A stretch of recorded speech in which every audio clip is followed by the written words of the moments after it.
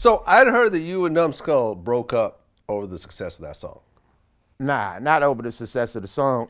Over me going solo, me signing Rap a Lot, basically. Okay. Yeah, I mean, that was the breakup, period. Niggas was feeling some type of way, him and CNH, basically. So, but even with all that being said, CNH made me sign off on not being in the Luniz no more, to sign a Rap a Lot. Like, where did they do that? I thought we was gonna spread the bag like on some Wu-Tang shit. You know, Method Man could be there. Ghostface could be here, Raekwon could be here. You know how they had Old Dirty could be there. Then they'd come back and do the whole Wu-Tang that loud. You know what I mean? Okay, we come back and do the whole Luniz that version, but let's spread out and get this money. They wasn't on it. Oh, fuck you trying to fuck up the group. So even with all that being said, Gears come out, I do the Thugged Out, the Albulation, the double album, I do, 3 albums. I bring these dudes, I bring Numb and CNH to Rap a Lot, and do the next Looney album over there, which was Silver and Black, where we did the Oakland Raider. I'm a Raider, from the Bay to LA to Las Vegas. We predicted that too. You know what I mean? You know, Cleo told us what the fuck was up, but anyway. R.I.P. Miss Cleo. Anyway, man, you know. But anyway, I was solid enough and I bought them to Rap a Lot, got them a check. So, you know what I mean?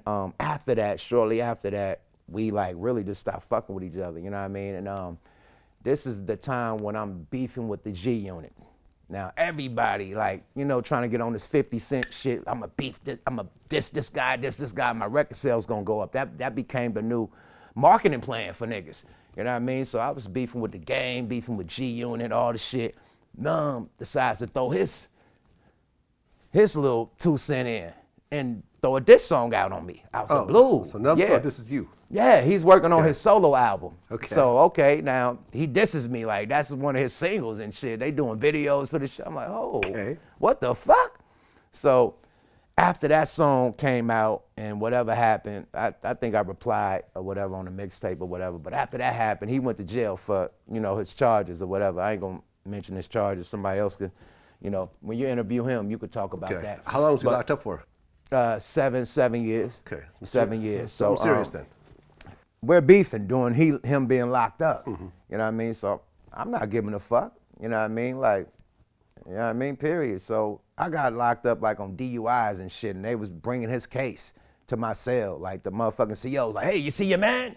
He's on TMZ. He did this, he did that, and woo, woo, woo. He got 19. Like, man, chill. I'm Yukmouth. I don't even get down with dude no more. But they was like trying to, you know, get me real upset, trying to, you know what I mean? Put his case through the cell and shit like that. But anyway, long story short, I noticed it started being a reinsurgent of old school music like 2014, 15. Like it started going real retro as far as music. Everybody's doing these old school concerts, the, you know what I mean, the Crush Grooves, the How the West Was Won, all them big, you know, concert events and shit, but mainly with old school acts. So I'm like, hitting Numskull homies like, yo, man, tell him, you know what I mean? Let's get this shit together. Give my number, hit me. That never worked. So I went on his his Twitter, and I got his address for where he's locked up at, and I wrote him. I wrote the dude, you know what I mean? He gave him a long, you know what I mean, nice one. You know what I mean? Like, we brothers, this, that, and the third. Let's get over the bullshit, get to the money. Here's my number. And he called me. He called me and shit, like within a few months after that, he got out and we got to the paper. You know what I mean? So no more beef with me and my brother Numskull. You know, it was fake shit anyway. I don't even know why he dissed me. Like, that shit was left field. You know, but I gotta defend myself, you know? So you go and sign to Rap a Lot Records. Yeah. Owned by J Prince. Yes, sir. And, you know, I've interviewed, I mean, me and Willie D are actually friends, and Scarface as well. Right. You know, we've done multiple interviews, we talk and everything else like that. And I always bring up the question, why is everyone so scared of J Prince? That's how you move, my G. It's how you move, my G. It's where you come from, you know what I mean? The reputation you built, you know what I mean, in the streets, you know what I mean, before this rap shit. You know what I mean? When you had to survive on the street, you know what I mean? Street principles and, you know what I mean, rules. He was at the top of the class back then, you know what I mean? So at the end of the day, you get the big kingpin dudes, you know what I mean? The big dudes that's respected, that done did a lot for the neighborhood, that done did a lot for the city, you know what I mean? And also, you know what I mean, is a motherfucking beast. You know what I mean? In them streets, you know, heard about, you know what I mean, the shit that had happened to people back in the day. You know what I mean? So when you hear those stories and you see how you move, you know, that make motherfuckers scared of you. You know what I mean? Period. It's like, nice guys finish last. You know what I mean? So, but Vlad, say if somebody disrespected you and you got your bodyguard dudes who you keep all the time. Mm-hmm. Now, you're going to say, I'm nice, I'm cool. You know what I mean? This motherfucker done probably done stumped your fucking car window out. Fuck Vlad, TV. And you're like, I'm cool. Or you going to have your bodyguards come sling that motherfucker across the ceiling and make a demonstration. Now, after that happened, he's scared of Vlad. Like, oh shit, Vlad ain't playing. You feel me? Them niggas ain't playing. I tried to stump his car out, nigga. He's put me in the hospital. I got 13 stitches. My shit, staples. You know what I mean? So, them demonstrations, you know what I mean? Yeah, you gotta have them demo tapes out there. When you got them demo tapes out there, it's legendary demo tapes. I can't explain what happened at Rap a Lot, but you heard a lot. You heard a lot, like artist-wise. Artists was getting fucked up. I ain't gonna name what artists, but they was getting fucked up. Okay. Like physically, like if you go against the grain, man, it's gonna be some shit, you know. So I mean, hey, a lot of shit happened. Period. Well, you were beefing with Master P during this time, right? Right, definitely, man. That's another thing, man. He called P and told P to, you know, pump his brakes, keep it on wax. You know what I mean? Like I done been in the airport with them. Mystical, all his bodyguards, everybody, they could just mean mug me. We all sitting down there 2-3 rows from each other. All they could do is mean mug me. Can't do shit because of the old man. So Jay is connected. Like you get him, you know what I mean, with the Chicago, you know what I mean, the Chicago connection, you know what I mean, with the big homie in Chicago. I ain't gonna throw his name out there like that.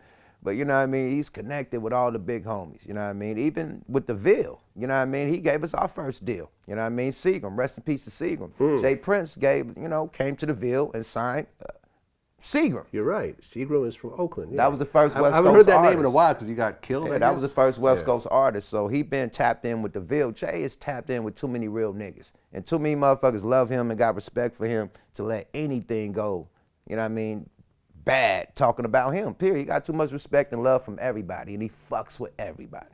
So good luck getting away talking about that man, period. Shout out to Jay Prince, man. Shout out to I've that interviewed man. his son. I've actually been trying to get an interview with him, but you know. Hey, you we'll should see have if it caught comes him together. on that goddamn We press tried. run. You know what happens? We tried, but I was told that someone around him told him not to do it with me or something like that. And Because you the motherfucking feds, Vlad. You know they think you the feds, nigga. I'm the feds. You ain't the nigga, though. You ain't a nigga, man. My bag. But my God, they think you the feds, bro. You ain't the motherfucking feds, man. But when you get these motherfuckers to open up, it turned into the interrogation room. it turned into goddamn Minister Society with a dude like, you know you fucked up now, right? You're like, man, what time did you come in the store? Well, it was 7. You know he fucked up, right? It was 9 o'clock. No, what time did you drop the bottle? Like, you fuck a motherfucker up like that, bro. So you ain't the cops, but your shit be turned into the interrogation room sometime, bro. You gotta respect motherfucker like a real motherfucker. Like, yo, I ain't about to get interrogated and cross-examined, bro. You be cross-examining niggas, bro. I'm sorry, bro. I'm sorry. It's all good. It's all good. And hey, you know, we've produced some incredible interviews over the years. Hey, man, it's great, You know? bro. But when motherfuckers open that Pandora box, you be like, okay, so the OG gave you all the work in the neighborhood? What was his name?